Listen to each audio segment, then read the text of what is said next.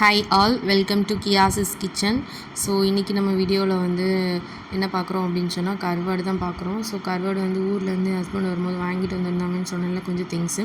So அதில் கருவாடும் கொஞ்சம் இருந்துச்சு. ஸோ ஃபஸ்ட்டு வச்சுருந்தது வந்து என்னென்னா சாலை கருவாடு. ஸோ ரொம்ப சூப்பராக இருக்கும் சாலை கருவாடு. நான் அதுக்கப்புறம் இப்போ வச்சுருக்கிறது துண்டு கருவாடாக்கும். ஸோ துண்டு கருவாடுனா இது வந்து விளமீன் துண்டுன்னு நினைக்கிறேன். ஸோ ரொம்பவே சூப்பராக இருக்கும். பாருங்கள் அதோடய துண்டு எந்த மாதிரி இருக்குதுன்னு சொல்லிட்டு செம்ம டேஸ்ட்டாக இருக்கும் கருவாடு வந்து கருவாடு குழம்பு வச்சு இதில் வந்து சாப்பிட்டோம் அப்படின்னு சொன்னால். ஸோ இதில் வந்து ஒரு 2 பார்சல் அந்த மாதிரி வாங்கிட்டு வந்திருந்தாங்க. ஸோ இது எவ்வளோ ரேட் இருக்கும் அப்படின்னு சொல்லி நீங்களே கெஸ் பண்ணுங்கள்.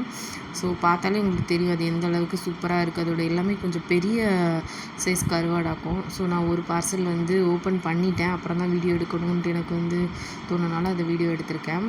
ஸோ பாருங்கள், இதை வச்சு தான் நான் இன்றைக்கி கருவாடு குழம்பு வந்து பண்ண போகிறேன். ஸோ ஒரு பார்சலில் வந்து கொஞ்சோண்டு கருவாடை எடுத்து போட்டு நார்மலாக நம்ம கருவாடு குழம்பு எல்லோரும் வைப்போம்ல, அதையும் தாண்டி இந்த மருந்து குழம்புன்னு சொல்லுவாங்க.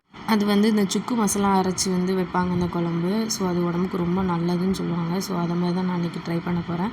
ஸோ நான் உங்களுக்கு நெக்ஸ்ட் வீடியோவாக அந்த வீடியோ வந்து கொடுக்குறேன். ஸோ கண்டிப்பாக செக் பண்ணி பாருங்கள். ஸோ எப்படி செஞ்சுருக்கேன் அப்படிங்கிறது. ஸோ அதுக்காக கொஞ்சம் கருவாடு எடுத்து நான் க்ளீன் பண்ணி வச்சுருக்கேன். ஸோ பாருங்கள் எந்த மாதிரி இருக்குது கருவாடுன்னு. ரொம்ப சூப்பராக இருக்கும். கொஞ்சம் ஹாட் வாட்டரில் போட்டு, ஹாட் வாட்டர் தேவையில்லை பட் இந்த கருவாடுக்கு இருந்தாலும் லைட்டாக ஹாட் வாட்டர் போட்டு ஊரெல்லாம் வச்சிடாதீங்க ரொம்ப நேரம். அப்படியே அந்த டைம்லேயே வந்து அதோட செதில் எடுத்துருங்க.